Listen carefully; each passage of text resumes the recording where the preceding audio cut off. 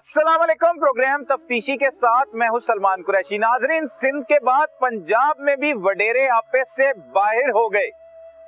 सियालकोट के नवाही गांव जोशन जट्टा में मेहनत कश और उसके बेटे को वडेरे ने डेरे पर बुलवाया, कान पकड़वाए, तशद्दुद का निशाना बनाता रहा और मेहनत कश की आंखों के सामने उसके नौजवान बेटे को सर में गोली मारकर कत्ल कर दिया। इनका कसूर क्या था और ये सब कुछ कैसे हुआ, ये बताएंगे आज के प्रोग्राम तफ्तीशी में। नाजरीन, इस वक्त हम सियालकोट के नवाही गांव जोशन जट्टा में मौजूद हैं, जहां पर एक वडेरे डेरेदार चौधरी ने जुल्म और बर्बरियत की एक नई मिसाल कायम कर दी। पहले तो गरीब बाप बेटे को अपने डेरे पर बुलवाया और कान पकड़वा कर तशद्दुद का निशाना बनाता रहा और बादजा बाप की आंखों के सामने बेटे को फायरिंग करके मौत के घाट उतार दिया। इसके पीछे वजूहात हैं क्या, ये जुल्म और बर्बरियत की इंतहा क्यों की गई? हमारे साथ वो मुतासरा वालिद जो इस मुकदमे का मुद्दई भी है और ऐनी शाहिद भी है इस सारे वकूए का, उसी की जुबानी आपको सुनाते हैं। बड़ा अफसोसनाक वाकया है वड्डियो, अल्लाह तानू सबर देवे। की वाकया की होया, किवें ये सब कुछ हो गया? इत्थे एक नज़ीर दा मुंडा, ਉਹ ਵੀ ਜੱਟ ਹੀ ਉਹ ਆਇਆ ਇੱਥੇ ਬੁਲਾਉਣ ਵਾਸਤੇ, ਸਾਨੂੰ ਆਂਦਾ ਤੁਹਾਨੂੰ ਚੌਧਰੀ ਆਦਰ ਬੁਲਾ ਰਿਹਾ। ਠੀਕ ਹੈ। ਆਂਦਾ ਸਾਡੀ ਆ ਕੇ ਗੱਲ ਸੁਣ ਲਓ। ਉਹ ਇੱਥੇ ਸਾਡੇ ਘਰ ਬੈਠਾ ਨੂੰ ਆਹ ਚਾਹ ਛਾਪ ਲਾਈਏ। ਮੁੜ ਕੇ ਅਸੀਂ ਉਹਦੇ ਨਾਲ ਤੁਰ ਗਏ ਮੋਟਰਸਾਈਕਲ ਤੇ। ਪੁੱਛਿਆ ਨਹੀਂ ਕਿਉਂ ਬੁਲਾ ਰਹੇ ਆ? ਨਹੀਂ। ਅੱਛਾ। ਉਹਨੇ ਆਖਿਆ ਤੁਹਾਨੂੰ ਚੌਧਰੀ ਆਦਰ ਬੁਲਾ ਰਿਹਾ। ਕੌਣ ਹੈ ਚੌਧਰੀ ਆਦਰ? ਉਸ ਮਹੱਲੇ ਰਹਿਣ ਵਾਲਾ। ਹਾਂ, ਕੀ ਹੈ? ਜੱਟ ਹੀ ਉਹ ਵੀ। ਅੱਛਾ। ਪਿੰਡ ਦਾ ਉਹ ਨੰਬਰਦਾਰ ਹੈ। ਅੱਛਾ। तो चौधरी है। हाँ जी, डेरेदार है। डेरेदार है, चंगा भला। अच्छा। ਜਦੋਂ ਅਸੀਂ ਉੱਥੇ ਗਏ ਆ ਨਾ, ਉਹਨਾਂ ਆਖਿਆ ਤੁਸੀਂ ਸਾਡੀ ਗੱਲਬਾਤ ਕੀਤੀ ਹੈ ਦੂਜੀ ਪਾਰਟੀ ਨੇ। ਮੈਂ ਹਾਂ ਕੋਈ ਗੱਲਬਾਤ ਨਹੀਂ ਕੀਤੀ। ਕੀ ਗੱਲਬਾਤ? ਆਂਦਾ ਤੁਸੀਂ ਉਤਲੀਆਂ ਗੱਲਾਂ ਉਤਲ ਕਰਦੇ ਹੋ। ਮੈਂ ਕਿਹਾ ਅਸੀਂ ਨਹੀਂ ਕਰਦੇ, ਸਾਡੇ ਵਾਸਤੇ ਸਾਰੀ ਦੁਨੀਆ ਮੈਂ ਇੱਕੋ ਜਿਹੀ ਹੈ। ਉਹਨੇ ਆਖਿਆ ਮੇਰੇ ਕੋਲ ਸਬੂਤ ਹੈ। ਮੈਂ ਕਿਹਾ ਕਿਹੜਾ ਸਬੂਤ ਹੈ ਤੇਰੇ ਕੋਲ? ਆਂਦਾ ਨਸੀਰ ਮਿਸਤਰੀ। ਮੈਂ ਸਾਨੂੰ ਬੁਲਾਇਆ ਨਾ ਜਦੋਂ, ਤੇ ਉਹਨੇ ਆਖਿਆ ਜੀ ਮੈਂ ਮਾਨਕਾ ਨਾਲ ਗੱਲ ਕੀਤੀ ਹੈ ਪੀਰਾਂ ਦੇ ਡੇਰੇ ਤੇ। ਮੈਂ ਹਾਂ ਨਹੀਂ ਕੀਤੀ, ਉੱਥੇ ਮਿੱਟੀ ਪੇ ਪਾਉਂਦੇ ਆ। ਆਖਿਆ ਕੋਈ ਗੱਲਬਾਤ ਨਹੀਂ ਕੀਤੀ। ਕੀ ਗੱਲ ਕੀ ਸੀ? ਉਹ ਜਿਹੜਾ ਇਲਜ਼ਾਮ ਲਾ ਰਹੇ ਸੀ ਉਹ ਗੱਲ ਕੀ ਸੀ, ਉਹ ਦੱਸੋ ਜ਼ਰਾ। ਇਹ ਗੱਲਬਾਤ ਤੁਸੀਂ ਮੇਰੀਆਂ ਗੱਲਾਂ ਸੁਣ ਕੇ ਦੂਜੀ ਪਾਰਟੀ ਨੂੰ ਕਰਦੇ ਹੋ। ਨਹੀਂ, ਤੁਹਾਡਾ ਇਹ ਜਿਹੜਾ ਚੌਧਰੀ ਡੇਰੇਦਾਰ ਜਿਹਨੇ ਬੁਲਾਇਆ ਸੀ, ਹਾਂਜੀ, ਆਦਲ ਨੂੰ ਪਹਿਲੇ ਤੋਂ ਮਿਲ ਜਾਣਨ ਵਾਲਾ ਤੁਹਾਡਾ? ਆਹੋ, ਜਾਣਨ ਵਾਲਾ, ਪਿੰਡ ਤੇ ਰਹਿਣ ਵਾਲਾ ਸਾਡੇ। ਅੱਛਾ। ਮੈਂ ਮੁਲਾਕਾਤਾਂ ਹੁੰਦੀਆਂ ਰਹਿੰਦੀਆਂ ਸੀ ਇਹਦੇ ਨਾਲ? ਹੁੰਦੀਆਂ ਨੇ। ਅੱਛਾ। ਕੋਈ ਐਸਾ ਵਾਕਿਆ ਨਹੀਂ, ਕੋਈ ਦੁਸ਼ਮਣੀ ਨਹੀਂ, ਕੋਈ ਲੈਣ ਨਹੀਂ, ਕਿਤੇ ਨਹੀਂ। ਅੱਛਾ। ਹਾਂ। ਤੇ ਕੀ ਗੱਲਾਂ? ਉਹ ਗੱਲਾਂ ਇਹ ਹੋਈਆਂ ਨਾ ਜਿਵੇਂ ਮੈਂ ਤੁਹਾਨੂੰ ਦੱਸ ਰਿਹਾ। ਤੇ ਆਂਦਾ ਮੇਰੀ ਕੀ ਗੱਲਾਂ, ਮਤਲਬ ਉਹਨੇ ਕੀ ਕਿਹਾ? ਤੁਸੀਂ ਸਾਡੀ ਗੱਲਬਾਤ ਉਧਰ ਕਰਦੇ ਹੋ। ਕੀ ਗੱਲਬਾਤ ਕਰਦੇ ਹੋ ਕਿ ਚੌਧਰੀ ਕੀ ਹੈ? ਆ ਚੌਧਰੀ ਹੈ ਨਾ, ਚੌਧਰੀ ਆਦਲ ਉਹ ਤੇ ਹੈਗਾ, ਲੇਕਿਨ ਉਹ ਕੀ ਗੱਲਾਂ ਬਾਤਾਂ ਕਰਦੇ? ਗੱਲਾਂ ਦਾ ਤੁਸੀਂ ਮੇਰੀ ਮੁਖਬਰੀ ਕਰਦੇ। ਮੈਂ ਨਹੀਂ ਕਰਦੇ ਅਸੀਂ ਗੱਲਾਂ ਬਾਤਾਂ। ਪੁਲਿਸ ਵਾਲੇ ਨੂੰ ਮੁਖਬਰੀ ਕਰਦੇ? ਨਹੀਂ, ਇੱਥੇ ਮੁੰਡਾ ਹੈ ਇੱਕ ਹੋਰ। ਅੱਛਾ। ਉਹਦਾ ਦੁਸ਼ਮਣ ਹੈ? ਦੁਸ਼ਮਣ ਨਹੀਂ, ਐਸੇ ਤਰ੍ਹਾਂ ਹੀ ਨੇ ਉਹ ਵੀ। ਕਹਿੰਦਾ ਤੁਸੀਂ ਉਹਦੀ ਗੱਲਬਾਤ ਕਰਦੇ ਹੋ। ਮੈਂ ਨਹੀਂ ਕਰਦੇ ਅਸੀਂ ਗੱਲਬਾਤ ਕਿਸੇ ਦੀ। ਸਾਡੇ ਵਾਸਤੇ ਮੈਂ ਸਾਰੀ ਦੁਨੀਆ ਇੱਕੋ ਜਿਹੀ ਹੈ। ਅਸੀਂ ਮਜ਼ਦੂਰ ਆਦਮੀ ਹਾਂ, ਸਾਨੂੰ ਕੀ ਲੋੜ ਹੈ ਕਿਸੇ ਦੀ ਗੱਲ ਕਰਨ ਦੀ? ਗੱਲ ਕੀ ਮਤਲਬ? ਗੱਲ ਉੱਥੇ ਅਗਰ ਤੁਹਾਨੂੰ ਬੁਲਾਇਆ ਹੈ ਤੇ ਗੱਲ ਕੀ ਗੱਲ ਕਰਦੇ ਹੋ? ਤੇ ਤੁਸੀਂ ਮੇਰੀਆਂ ਗੱਲਾਂ ਸੁਣ ਕੇ ਉਤਲ ਕਰਦੇ ਹੋ, ਇਤਲ ਦੀਆਂ ਸੁਣ ਕੇ ਉਤਲ ਕਰਦੇ ਹੋ। ਅੱਛਾ। ਦੋਨੋਂ ਪਾਰਟੀਆਂ? ਉਹਦੀ ਮੁਖਾਲਫਤ ਹੈ ਦੂਸਰੀ ਪਾਰਟੀ ਨਾਲ? ਹਾਂਜੀ। ਮੈਂ ਅਸੀਂ ਨਹੀਂ ਕਰਦੇ ਕਿਸੇ ਨਾਲ। ਅੱਛਾ। ਉਹ ਮਨਾਉਣਾ ਚਾਹੁੰਦਾ ਸੀ ਸਾਨੂੰ, ਤੇ ਆਖਿਆ ਨਹੀਂ ਅਸੀਂ ਕਿਸੇ ਦੀ ਗੱਲ ਨਹੀਂ, ਅਸੀਂ ਮਜ਼ਦੂਰ ਆਦਮੀ ਆ, ਮਾੜੇ ਲੋਕ ਆ, ਮਜ਼ਦੂਰੀ ਕਰਕੇ ਅਸੀਂ ਟੁੱਕਰ ਕਮਾਉਂਦੇ ਆ। ਆਂਦਾ ਮੇਰੇ ਕੋਲ ਸਬੂਤ ਹੈ। ਮੈਂ ਕਿਹੜਾ? ਆਂਦਾ ਨਸੀਰ ਮਿਸਤਰੀ। ਉਹ ਆਇਆ, ਆਂਦਾ ਮੈਂ ਮਾਨਕਾ ਆਨਾ ਪਹਿਲਾਂ ਪਰ ਉਹਨਾਂ ਕੰਨ ਸਾਡੇ ਫੜਾ ਲਏ ਨੇ। ਇੱਕ ਝੁੱਟੀ ਜਾਂਦੇ ਆ ਨਸੀਰ ਮਿਸਤਰੀ ਤੋਂ ਪਹਿਲਾਂ ਸਾਨੂੰ ਲਾ ਲਈਏ। ਤੁਹਾਨੂੰ ਕੰਨ ਫੜਾ ਦੇ ਤੇ ਮੇਰੇ ਵੀ, ਮੇਰੇ ਪੁੱਤਰ ਨੂੰ ਵੀ। ਇਲਜ਼ਾਮ ਕਿਹਦੇ ਸੀ? ਤੁਹਾਡੇ ਤੇ ਸੀ, ਤੁਹਾਡੇ ਪੁੱਤਰ ਤੇ ਲਾ ਰਿਹਾ ਸੀ? ਆ ਦੋਵਾਂ ਦੇ, ਸਾਡੇ ਤੇ। ਕਿ ਤੁਸੀਂ ਦੋਨੋਂ ਕਰਦੇ ਹੋ? ਆ ਦੋਏ ਕਰਦੇ ਹੋ ਗੱਲਾਂ ਕਰਦੇ ਹੋ? ਹਾਂ, ਨਹੀਂ ਕਰਦੇ। ਤੇ ਉਹ ਗਵਾਹ ਆ ਗਿਆ, ਉਹਨੇ ਵੀ ਕਿਹਾ ਕਿ ਤੁਸੀਂ ਕਰਦੇ? ਆਹੋ, ਉਹਨੇ ਆਖਿਆ ਜੀ ਮੈਂ ਮਾਨਕਾ ਆਨਾ ਇਹਨਾਂ ਕੀਤੀ ਇਹ ਗੱਲ। ਅੱਛਾ। ਫਿਰ ਉਹਨਾਂ ਸੋਟਿਆਂ ਨਾਲ ਸਾਨੂੰ ਮਾਰਿਆ। ਨਸੀਰ ਮਿਸਤਰੀ ਹੈ ਨਾ, ਤੇ ਕੰਨ ਫੜਾਤੇ। ਉਹਨੇ ਮੇਰਾ ਇੱਥੋਂ ਗਲਮਾ ਫੜ ਲਿਆ, ਨਸੀਰ ਮਿਸਤਰੀ ਨੇ। ਕੰਨ ਫੜਾਏ ਪਹਿਲੇ? ਹਾਂ, ਪਹਿਲਾਂ ਕੰਨ ਫੜਾਏ ਨੇ, ਫਿਰ ਉਹਨਾਂ ਡੰਡਿਆਂ ਨਾਲ ਮਾਰਿਆ। ਆਦਲ ਨੇ ਖੁਦ ਮਾਰਿਆ ਮੈਨੂੰ ਡੰਡਿਆਂ ਨਾਲ। ਇਹ ਮੇਰੀ ਬਾਂਹ ਤੋੜ ਛੋੜੀ ਉਹਨੇ ਰਫਲ ਦਾ ਬੱਟ ਮਾਰ ਕੇ। ਇਹ ਜਿਹੜੀ ਟੁੱਟੀ? ਹਾਂਜੀ, ਇਹ ਜਿਹੜੀ ਬਾਂਹ ਟੁੱਟੀ ਬੱਟ ਮਾਰ ਕੇ ਤੋੜਿਆ ਰਫਲ ਦਾ। ਅੱਛਾ। ਫਿਰ ਡੰਡੇ ਮਾਰੇ ਮੇਰੇ ਗੋਡੇ ਬਾਹਾਂ ਦੇ ਉਹਨਾਂ। ਅੱਛਾ। ਮੇਰੇ ਹਿਸਾਬੀ ਉਹਨਾਂ ਫਿਰ ਰਾਤੀ ਕੀਤੀ। ਫਿਰ ਮੈਂ ਆਖਿਆ ਮੈਨੂੰ ਮਾਰੋ, ਪੁੱਤਰ ਮੇਰਾ ਆਖਣਾ ਮੈਨੂੰ ਮਾਰੋ। ਫਿਰ ਬਾਅਦ ਉਹਨਾਂ ਕੱਢ ਕੇ ਮੇਰੇ ਪੁੱਤਰ ਨੂੰ ਗਲਮਾ ਫੜੀ ਰੱਖਿਆ। 8 ਹੀ ਬੰਦੇ ਹਨ, 8 ਨੇ ਸਾਡੇ ਨੂੰ ਮਾਰਿਆ ਬੇਸਾਬਾ। ਇਹ ਕਿੱਥੇ ਹੁੰਦਾ ਰਿਹਾ? ਡੇਰੇ ਤੇ? ਉਹਦੇ ਡੇਰੇ ਉੱਤੇ, ਉਹਦੇ ਤੇ ਚੌਧਰੀ ਆਦਲ ਦੇ। ਅੱਛਾ। ਉੱਥੇ ਡੇਰੇ ਸਾਰਾ ਕੰਮ ਹੋਇਆ। ਜੋਸ਼ਨ ਜੱਟਾਂ ਚੋਂ ਹੀ ਹੈ? ਜੋਸ਼ਨ ਜੱਟਾਂ ਦਾ ਡੇਰਾ ਉਹ। ਅੱਛਾ। ਇੱਥੇ ਚੜ੍ਹਦੀ ਸਾਈਡ ਤੇ। ਇਹੀ ਤੁਹਾਡਾ ਹੀ? ਹਾਂਜੀ, ਸਾਡੇ ਪਿੰਡ ਜੋਸ਼ਨ ਜੱਟਾਂ ਦਾ ਹੀ ਹੈ। ਅੱਛਾ। ਫਿਰ ਮੇਰੇ ਪੁੱਤਰ ਨੂੰ ਉਹਨੇ ਇੱਥੋਂ ਗਲਮਿਓਂ ਫੜਿਆ। ਦੂਜਾ ਮੁੰਡਾ ਵਿਕਾਸ ਹੈ, ਉਹਨੇ ਫਿਰ ਗੋਲੀ ਮਾਰ ਛੜੀ ਹੈ। ਮੇਰੇ ਪੁੱਤਰ ਦੀ ਉੱਥੇ ਡੈਥ ਹੋ ਗਈ ਹੈ। ਤੁਹਾਡੇ ਸਾਹਮਣੇ? ਮੇਰੇ ਸਾਹਮਣੇ। ਜਦੋਂ ਮੈਂ ਬਾਹਰ ਨਿਕਲਿਆ ਮੇਰੇ ਪੁੱਤਰ ਦੀ ਅੱਗੇ ਮੌਤ ਪਈ ਦੀ ਸੀ, ਉੱਥੇ ਡੈਥ ਹੋਈ ਦੀ। ਫਿਰ ਮੈਂ ਤੁਸੀਂ ਨਹੀਂ ਵੇਖਿਆ ਗੋਲੀ ਮਾਰਦੇ ਆਪਣੇ? ਗੋਲੀ ਮਾਰਦਿਆ ਮੈਂ ਵੇਖਿਆ ਨਾ, ਇੱਕ ਇੱਥੋਂ ਦੀ ਗੋਲੀ ਮਾਰੀ, ਮੈਂ ਐਸਾ ਸਾਹਮਣੇ ਉਹਦੇ ਗੇਟ ਕੋਲ। ਤੁਸੀਂ ਉਧਰੋਂ ਚਲੇ ਗਏ ਸੀ? ਆਹ ਦੋਏ ਇਕੱਠੇ ਹੀ ਅੱਗੜ ਪਿਛੜੀ ਦੋਏ ਪਿਓ ਪੁੱਤਰ, ਉਹਨਾਂ ਫਿਰ ਗੋਲੀ ਮਾਰੀ। ਕਿਉਂ ਗੋਲੀ ਕਿਉਂ ਮਾਰੀ? ਬਸ ਤੇ ਤੁਸੀਂ ਇਹ ਗੱਲਾਂ ਬਾਤਾਂ ਕਰਦੇ ਇਸ ਵਜ੍ਹਾ। ਕਿੱਥੇ ਮਾਰੀ? ਇੱਥੇ ਆ ਦਿਮਾਗ, ਇੱਥੇ ਪਿਛਲੀ ਸਾਈਡ ਤੇ ਇੱਥੇ ਮਾਰੀ। ਸਿਰ 'ਚ ਮਾਰਤੀ? ਹਾਂਜੀ। ਚੌਧਰੀ ਨੇ ਕਿਹਾ ਉਹਨੂੰ ਮਾਰ ਦੇ? ਹਾਂ ਮਾਰ ਦਿਓ ਉਸ ਮੁੰਡੇ ਨੂੰ। ਉਹਨੇ ਅੱਗੇ ਜਾਂ ਜੋਟੇ ਬਦਮਾਸ਼ ਰੱਖੇ ਨੇ ਬੜੇ ਬੜੇ। ਤੇ ਕਿੰਨੀ ਦੇਰ, 1.5 ਘੰਟੇ 'ਚ ਗੁਫ਼ਤਗੂ ਕਿੰਨੀ ਦੇਰ ਹੋਈ? ਇਹ ਕੋਈ ਹੋਈ ਅੱਧਾ ਕੁ ਘੰਟਾ ਉੱਥੇ ਉਹ ਮਨਾਉਂਦੇ ਹਨ, ਇੰਨੇ ਵਿੱਚ ਹੀ 1.5 ਘੰਟੇ 2 ਚ ਵਾਕਾ ਲੱਗ ਗਿਆ। ਪੁਲਿਸ ਵਾਲੇ ਵੀ ਜਿਹੜੇ ਹਨ ਉਹ ਕੋਈ 2 ਘੰਟਿਆਂ ਬਾਅਦ ਆਏ ਨੇ। ਤੇ ਜਦੋਂ ਮਾਰਦੇ ਸੀ ਤੁਹਾਨੂੰ ਪੁੱਤਰ ਕੀ ਕਹਿੰਦਾ ਸੀ? ਪੁੱਤਰ ਆਂਦਾ ਸੀ ਮੈਨੂੰ ਮਾਰੋ, ਮੈਂ ਆਂਦਾ ਮੈਨੂੰ ਮਾਰੋ। ਤੁਸੀਂ ਕਹਿੰਦੇ ਸੀ ਮੇਰੇ ਪੁੱਤਰ ਨੂੰ ਨਾ ਮਾਰੋ। ਆਹੋ ਉਹਨੂੰ ਮਾਰੋ, ਮੈਂ ਕਿਹਾ ਮੇਰੀ ਉਮਰ ਪੂਰੀ ਹੋ ਗਈ ਹੈ, ਤੁਸੀਂ ਮੈਨੂੰ ਮਾਰ ਦੇਵੋ। ਅਸਾਂ ਬਲ ਤੇ ਕੀਤੀ ਨੀ ਕੋਈ ਗੱਲ, ਮੈਂ ਕਿਹਾ ਕੋਈ 10-20 ਪਿੰਡ ਇਕੱਠੇ ਕਰ। ਉਹਨੇ ਕਿਸੇ ਦੀ ਸੁਣਨੀ, 8 ਹੀ ਬੰਦੇ ਹਨ ਜਨਾਬ ਸਾਨੂੰ ਮਾਰਨ ਵਾਲੇ। ਫਿਰ ਕੀ ਜਦੋਂ ਮੈਂ ਬਾਹਰ ਨਿਕਲਿਆ ਨਾ ਉੱਥੋਂ ਉਹਦੀ ਹਵੇਲੀ ਚੋਂ ਹੱਥ 'ਚ ਬਾਹਰ ਨਿਕਲਣ ਲੱਗੇ, ਮੇਰੇ ਪੁੱਤਰ ਦੀ ਲਾਸ਼ ਪਈ। ਉੱਥੇ ਫਿਰ ਪਿੰਡ ਇਕੱਠਾ ਹੋ ਗਿਆ ਸਾਰਾ। ਅੱਛਾ। ਹਾਂ ਫਿਰ ਸਾਨੂੰ ਕਿਸੇ ਮੰਜੀ ਵੀ ਨੀ ਦਿੱਤੀ, ਹਾਂ ਘਰੋਂ ਮੰਜੀ ਖੜ ਕੇ ਤੇ ਪੁੱਤਰ ਦੀ ਲਾਸ਼ ਚੁੱਕ ਆਂਦੀ ਹੈ। 2 ਘੰਟਿਆਂ ਬਾਅਦ ਇਹ ਪੁਲਿਸ ਗਈ ਹੈ, 2-2.5 ਘੰਟਿਆਂ ਬਾਅਦ ਪੁਲਿਸ ਉੱਥੇ ਆਈ। ਪੁਲਿਸ ਨੂੰ ਤਲਾਹ ਦਿੱਤੀ ਸੀ? ਆਹੋ ਦਿੱਤੀ ਹੈ ਤਲਾਹ। ਅੱਛਾ। ਹਾਂ ਫਿਰ ਕੋਈ 2 ਘੰਟਿਆਂ ਬਾਅਦ ਪੁਲਿਸ ਆਈ, ਫਿਰ ਉਹਨਾਂ ਚੁੱਕ ਕੇ ਤੇ ਫਿਰ ਪਸਦੂਰ ਲੈ ਗਏ ਨੇ। ਅੱਛਾ। ਹਾਂ ਫਿਰ ਪਰਚਾ ਕਿਹਦੇ ਤੇ ਕਰਾਇਆ? ਪਰਚਾ ਚੌਧਰੀ ਆਦਲ ਦੇ 8 ਬੰਦੇ ਜਿਹੜੇ ਮਾਰਨ ਵਾਲੇ ਹਨ ਉਹਨਾਂ ਦੇ ਡੇਰੇਦਾਰ ਤੇ ਕਰਾਇਆ? ਆਹੋ ਡੇਰੇਦਾਰ ਦੇ। ਤੇ ਨਾਲ ਉਹ ਜਿਹੜੇ ਕੁੱਟ ਰਹੇ ਸੀ ਤਾਂ? ਹਾਂ 8 ਹੀ ਬੰਦੇ ਹਨ ਉਹਨਾਂ ਦੇ ਕਰਾਇਆ। ਕੁਝ ਵੀ ਨਹੀਂ ਕਿਸੇ ਨੇ ਸੁਣਿਆ ਹੀ ਨਹੀਂ ਹੈ। 5 ਜਿਹੜੇ ਨੇ ਉਹ ਜ਼ਮਾਨਤੀ ਹੋ ਗਏ ਨੇ। ਪਹਿਲਾਂ ਬੂਰੀਆਂ ਜ਼ਮਾਨਤਾਂ ਹਨ, ਫਿਰ ਹੁਣ ਪੱਕੀਆਂ ਹੋ ਗਈਆਂ 3 ਮਹੀਨੇ ਆਣੀਆਂ। ਕੌਣ ਕੌਣ ਨੇ ਉਹ ਬੰਦੇ? ਕੀ ਨਾਂ ਹੈ? ਚੌਧਰੀ ਆਦਲ ਹੈ? ਆਹੋ ਇੱਕ ਚੌਧਰੀ ਆਦਲ ਹੈ ਨਾ, ਇੱਕ ਵਿਕਾਸ ਮੁੰਡਾ ਸੀ ਜਿਹਨੇ ਫੈਰ ਮਾਰਿਆ ਉਹ ਵੀ ਅੰਦਰ ਹੈ। ਇੱਕ ਚੌਧਰੀ ਆਦਲ ਨੇ ਮਾਰਿਆ ਸੀ ਫੈਰ, ਤੇ ਉਹ ਅੱਜ ਤੱਕ ਹੋਇਆ ਨਹੀਂ ਨਾ ਪੇਸ਼, ਉਹ ਮਫਰੂਰ ਹੈ। ਆਹ ਦੂਜੇ ਜਿਹੜੇ ਨੇ ਚੌੜਾ ਹੋ ਗਿਆ, ਵਾਲਾ ਹੋ ਗਿਆ, ਤੇ ਨਸੀਰ, ਇੱਕ ਮੁੰਡਾ ਹੋਰ ਕਿਹੜਾ ਜੀਦਾ, ਇੱਕ ਦਾਨਾ ਨੂੰ ਕਹਿੰਦੇ ਨੇ। ਅੱਛਾ। ਇਹ 5 ਮੁੰਡਿਆਂ ਦੀ ਸ਼ਬਾਜ ਦੀ ਇਹਨਾਂ ਦੀਆਂ ਜ਼ਮਾਨਤਾਂ ਜੱਜ ਨੇ ਚੁੱਕ ਲਈਆਂ ਨੇ। ਜ਼ਮਾਨਤਾਂ ਕਰਾ ਲਈਆਂ ਨੇ। ਸਹੀ ਹੈ। ਉਹ ਪੁਲਿਸ ਨੇ ਜ਼ਾਹਿਰ ਜੀ ਗੱਲ ਹੈ ਉਹਨਾਂ ਦਾ ਕਿਰਦਾਰ ਨਹੀਂ ਕੋਈ ਲਿਖਿਆ, ਉਹਨਾਂ ਦੀ ਜ਼ਮਾਨਤਾਂ ਹੋ ਗਈਆਂ ਨਾ। ਪੁਲਿਸ ਨੇ ਕੀ ਕੀਤਾ? ਪੁਲਿਸ ਕੋ ਗਏ, ਪਰਚਾ ਕਰਾਇਆ? ਪਰਚਾ ਕਰਾਇਆ ਬਸ ਸਭ ਕੁਝ ਪੁਲਿਸ ਵੀ ਕਰ ਦਿੰਦੀ ਹੈ, ਜੋ ਕਾਗਜ਼ੀ ਕਾਰਵਾਈ ਕਰ ਦਿੰਦੀ ਹੈ। ਬਣਿਆ ਹੀ ਕੋਈ ਨਹੀਂ ਸਾਡਾ ਜਨਾਬ, ਗਰੀਬ ਬੰਦੇ ਹਾਂ, ਪਤਾ ਨਹੀਂ ਹੁਣ ਉਹਨਾਂ ਪੈਸਾ ਚਾੜਿਆ ਕੀ ਕੀਤਾ ਕੀ ਨਹੀਂ। ਤੇ ਆਪ ਕਿੱਥੇ ਹੋ ਚੌਧਰੀ ਆਦਲ? ਉਹ ਨੱਠ ਗਿਆ, ਪਤਾ ਨਹੀਂ ਹੁਣ ਬਾਹਰ ਕੇ ਕਿੱਥੇ ਵੇ। ਇਸ ਗੱਲ ਦਾ ਸਾਨੂੰ ਕੋਈ ਪਤਾ ਨਹੀਂ ਕਿੱਥੇ ਰਹਿੰਦਾ। ਤੇ ਤੁਹਾਨੂੰ ਕੁਝ ਪਤਾ ਲੱਗਾ ਕਿ ਕੀ ਮਾਮਲਾ ਹੋਏ ਨੇ ਕਿ ਕੁਝ ਵੀ ਨਹੀਂ ਪਤਾ? ਇਹ ਕੋਈ ਪਤਾ ਨਹੀਂ। ਉੱਥੇ ਗਏ ਆ ਨਾ ਤੇ ਉਹਨਾਂ ਨੇ ਵਕੀਲ ਕੀਤੇ ਸੀ, ਹਾਂ ਵਕੀਲ ਕੀਤਾ ਸੀ। ਜਦੋਂ ਬਹਿਸਾਂ ਹੋਈਆਂ ਨੇ ਉਹਨਾਂ ਦੀਆਂ ਜ਼ਮਾਨਤਾਂ ਨਹੀਂ ਹਨ ਹੋਈਆਂ, ਪਹਿਲਾਂ ਦੂਸਰੀਆਂ ਬੂਰੀਆਂ ਹਨ, ਫਿਰ ਪੱਕੀਆਂ ਹੋ ਗਈਆਂ ਨੇ। ਉਹਨਾਂ ਜੱਜ ਨੇ ਆਖਿਆ 5 ਮਿੰਟ ਤੁਹਾਨੂੰ ਟਾਈਮ ਹੈ। ਉਹਨਾਂ ਵਕੀਲਾਂ ਨੇ ਟਾਈਮ ਲਿਆ ਉਹਨਾਂ ਕੋਲ, ਤੇ ਨੱਠ ਗਏ ਨੇ। ਉਹਨਾਂ ਆਖਿਆ ਹਾਈ ਕੋਰਟ 'ਚ ਨੱਠ ਜਾਓ। ਸਾਨੂੰ ਆਂਦੇ ਨੇ ਬਹਿ ਜਾਓ ਬਾਹਰ। ਅਸੀਂ ਬੈਠੇ ਰਹੇ ਹਾਂ ਕੋਈ 11:30 ਵਜੇ ਤੱਕ, ਤੇ ਮੁੜ ਕੇ ਸ਼ਾਮੀ 6 ਵਜੇ ਸੁਣਿਆ ਜੀ ਇਹਨਾਂ ਦੀਆਂ ਜ਼ਮਾਨਤਾਂ ਹੋਈਆਂ, ਪੱਕੀਆਂ ਪਈਆਂ ਬੰਦੇ ਨੇ। ਇਹ ਗੱਲ ਦਾ ਇੱਕ ਬੰਦਾ ਹੀ ਹੈਗਾ ਜੇਲ੍ਹ? ਹਾਂ ਦੋ ਜੇਲ੍ਹ 'ਚ, 2 ਹੈਗੇ। ਹਾਂਜੀ। ਤੇ ਚੌਧਰੀ ਜਿਹੜਾ ਮਰਕਜ਼ੀ ਬੰਦਾ ਹੈ, ਮੁਲਜ਼ਮ ਹੈ, ਉਹ ਨਹੀਂ ਫੜਿਆ ਗਿਆ ਅਜੇ ਤੱਕ ਨਾ। ਗਵਰਨਮੈਂਟ ਹੀ ਫੜਿਆ ਜੀ, ਨਾ ਫੜ ਰਹੇ। ਹਾਂਜੀ। ਕੀ ਕਰਦਾ ਸੀ ਬੇਟਾ ਤੁਹਾਡਾ? ਬੇਟਾ ਕਰਦਾ ਸੀ ਦਿਹਾੜੀਆਂ ਲਾਂਦਾ ਹਜੇ। ਕਿਹੜੀਆਂ? ਇਹ ਮਿਸਤਰੀਆਂ ਮਗਰ ਮਜ਼ਦੂਰੀ ਕਰਦਾ ਹੈ। ਮਜ਼ਦੂਰੀ ਕਰਦਾ? ਹਾਂਜੀ। ਕਿੰਨੀ ਉਮਰ ਹੈ? ਕੋਈ 26 ਸਾਲ ਦੇ। ਤੇ ਕਿੰਨੇ ਬੱਚੇ ਉਹਦੇ? ਇੱਕੋ ਹੀ ਬੱਚੀ ਹੈ ਜੀ ਉਹਦੀ। ਕਿੰਨੇ ਸਾਲ ਦੀ? 3 ਸਾਲ ਦੀ ਹੈ। ਅੱਛਾ। ਕਦੋਂ ਸ਼ਾਦੀ? 4-5 ਸਾਲ ਪਹਿਲੇ ਕੀਤੀ? ਹਾਂ 5ਵਾਂ ਸਾਲ ਸ਼ੁਰੂ ਹੋਈ ਸ਼ਾਦੀ ਨੂੰ। ਵੱਡਾ ਬੇਟਾ ਸੀ ਤੁਹਾਡਾ? ਹਾਂ ਵੱਡਾ ਬੇਟਾ। ਕਿੰਨੇ ਬੱਚੇ ਨੇ? ਬੱਚੇ 4 ਜੀ। ਤੇ ਤੁਸੀਂ ਕਿਹੜੀ ਬਰਾਦਰੀ? ਉਹ ਉੱਥੇ ਬੈਂਦਾ। ਅਸੀਂ ਆ ਦਿਹਾੜੀ ਸ਼ੇਰੀ ਲਾਉਣ ਵਾਲੇ ਮਜ਼ਦੂਰ ਆਦਮੀ। ਮਤਲਬ ਉਹ ਤਗੜੇ ਨੇ? ਤਗੜੇ, ਚੰਗਾ ਭਲਾ ਤਗੜਾ। ਅੱਗੇ ਵੀ 5-7 ਕਤਲ ਕੀਤੇ ਨੇ, ਕੋਈ ਨਹੀਂ ਬਣਿਆ ਅੱਜ ਤੱਕ। ਅੱਛਾ। ਪਹਿਲੇ ਵੀ ਕਤਲ ਕਰਦੇ? ਅੱਗੇ ਵੀ ਉਹਨੇ ਕੀਤੇ ਨੇ। ਪੇਸ਼ਾਵਾ ਇਹ ਕੰਮ ਦਾ। ਅੱਛਾ। ਅੱਗੇ ਗੁੰਡੇ ਰੱਖੇ ਨੇ ਉਹਨੇ। ਗੁੰਡੇ ਰੱਖੇ? ਹਾਂਜੀ। ਤੇ ਪੁਲਿਸ ਕੁਝ ਵੀ ਨਹੀਂ ਕਰਦੀ? ਕੁਝ ਵੀ ਨਹੀਂ ਹੋਇਆ, ਕੋਈ ਇਨਸਾਫ ਹੀ ਨਹੀਂ ਹੋਇਆ। ਕਿਹਨੂੰ ਮਿਲੇ ਹੋ? ਕਿਸੇ ਨੂੰ? ਬੜੇ ਮਿਲੇ ਆ, ਕੋਈ ਗੱਲ ਹੀ ਨਹੀਂ ਸੁਣਦਾ ਹੀ ਨਹੀਂ। ਇੱਥੇ ਪਸਲੂਕ ਦੇ ਸਾਡਾ ਕੇਸ। ਅੱਛਾ। ਕਿਹਨੂੰ ਮਿਲੇ ਹੋ? ਉੱਥੇ ਪੁਲਿਸ ਵਾਲਿਆਂ ਕੋਲ, ਇੱਥੇ ਥਾਣੇ ਵੀ ਜਾਂਦੇ ਰਹੇ ਆ। ਥਾਣਾ ਫਲੋਰਾ ਹੀ ਹੈ? ਹਾਂਜੀ ਥਾਣਾ ਫਲੋਰਾ ਹੀ। ਕੁਝ ਵੀ ਨਹੀਂ ਬਣਿਆ। ਉਹਨਾਂ ਪਤਾ ਨਹੀਂ ਕਿੰਨਾ ਕੁ ਰੁਪਈਆ ਚਾੜ ਛੜਿਆ, ਕੀ ਕੀਤਾ ਕੀ ਨਹੀਂ ਕੀਤਾ। ਕਿਸੇ ਸਾਨੂੰ ਪੁੱਛਿਆ ਹੀ ਨਹੀਂ। ਪੁੱਤਰ ਜਵਾਨ ਮਾਰ ਛੜਿਆ ਗਰੀਬਾਂ ਨੂੰ। ਸਭ ਤੋਂ ਵੱਡਾ ਮੁੰਡਾ? ਹਾਂਜੀ ਸਭ ਤੋਂ ਵੱਡਾ। ਤਾਂ ਉਮੀਦ ਹੈਗੀ ਹੈ ਕੋਈ ਇਨਸਾਫ ਲੱਭੇਗਾ? ਵੇਖੋ ਹੁਣ ਅੱਲਾ ਦੇ ਸੁੱਟ ਛੜੀ ਹੈ। ਅੱਲਾ ਦੇ ਸੁੱਟ ਛੜੀ? ਅੱਲਾ ਦੇ ਸੁੱਟ ਛੜੀ। ਹੁਣ ਕੀ ਕਰੀਏ ਫਿਰ? ਗਰੀਬ ਕੋਈ ਇੱਕੋ ਹੀ ਆਪਸ਼ਨ ਹੈ, ਅੱਲਾ ਹੀ। ਹਾਂਜੀ ਅੱਲਾ ਹੀ ਹੈ। ਸਾਡੇ ਕੋਲ ਤਾਂ ਕੋਈ ਪੈਸਾ ਵੀ ਨਹੀਂ ਜਿਹੜਾ ਅਸੀਂ ਹੁਣ ਦੌੜ ਭੱਜ ਕੇ ਕਚਹਿਰੀ ਨੂੰ ਦੇ ਲਈ। ਉਹਨਾਂ ਪਤਾ ਨਹੀਂ ਹੁਣ ਜੱਜ ਨੂੰ ਕਿੰਨਾ ਕੁ ਪੈਸਾ ਚਾੜਿਆ। ਜੱਜ ਨੇ ਸ਼ਾਮੀ ਦੱਸ ਛੜਿਆ ਜੀ ਤੋਂ ਇਹਨਾਂ ਬੰਦਿਆਂ ਦੀਆਂ ਜ਼ਮਾਨਤਾਂ ਹੋਈਆਂ ਪਈਆਂ ਨੇ। ਨਹੀਂ ਉਹ ਜੱਜ ਤੇ ਬਾਅਦ ਚ ਆਂਦਾ, ਪਹਿਲੇ ਤੇ ਹੁੰਦੀ ਨਾ ਪੁਲਿਸ।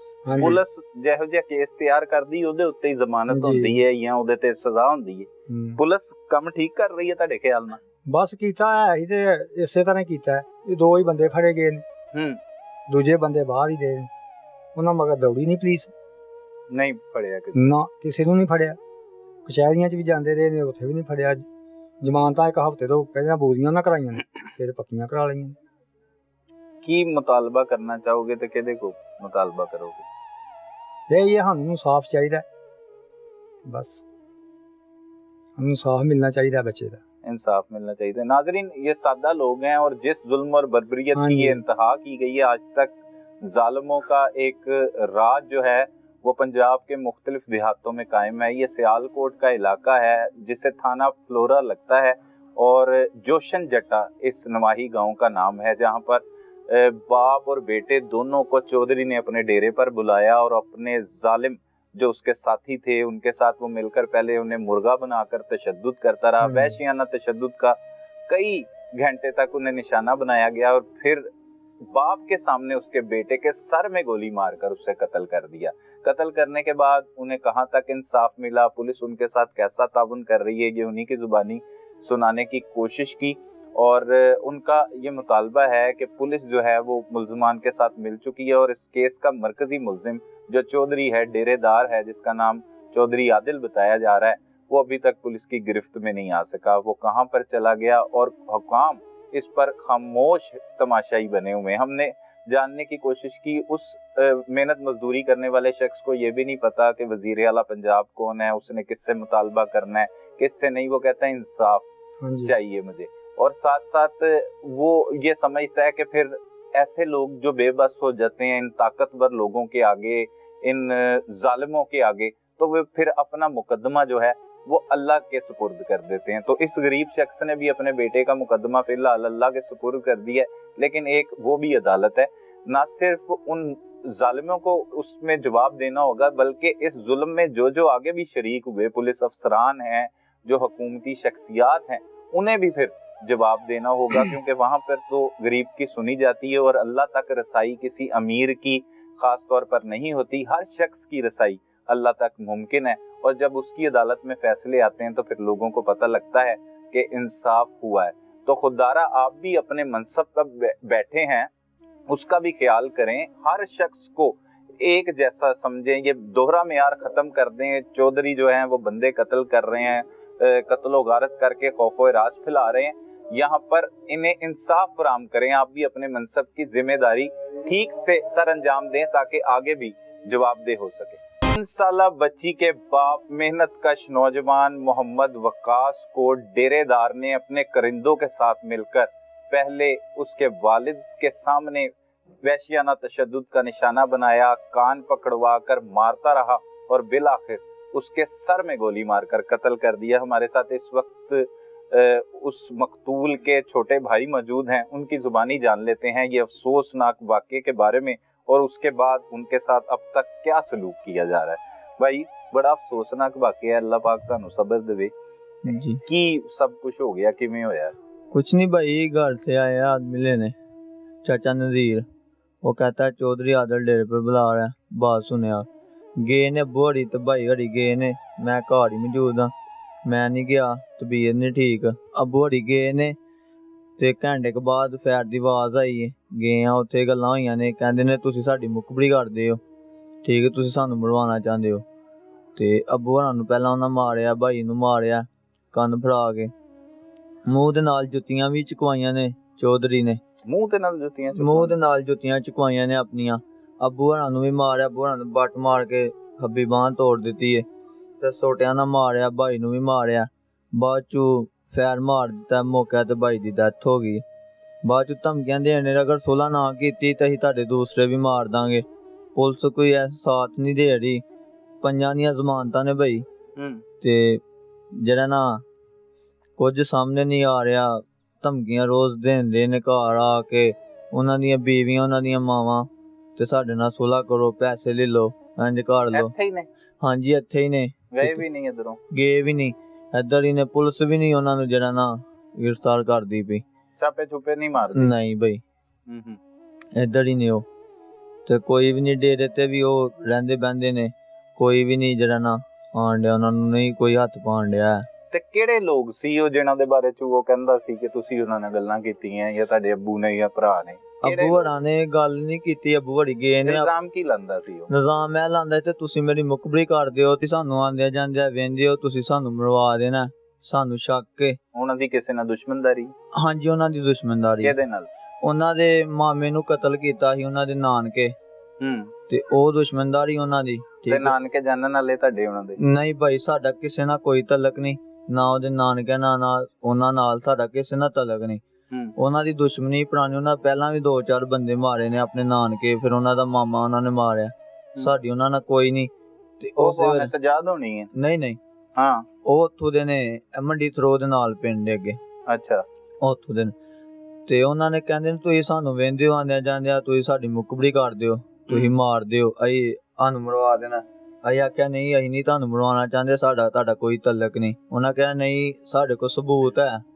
ਅਸੀਂ ਆਖਿਆ ਤੁਸੀਂ ਦੱਸੋ ਸਬੂਤ, ਕੋਈ ਵੀਡੀਓ, ਕੋਈ ਰਿਕਾਰਡਿੰਗ, ਕੋਈ ਗੱਲਬਾਤ ਐਸੀ।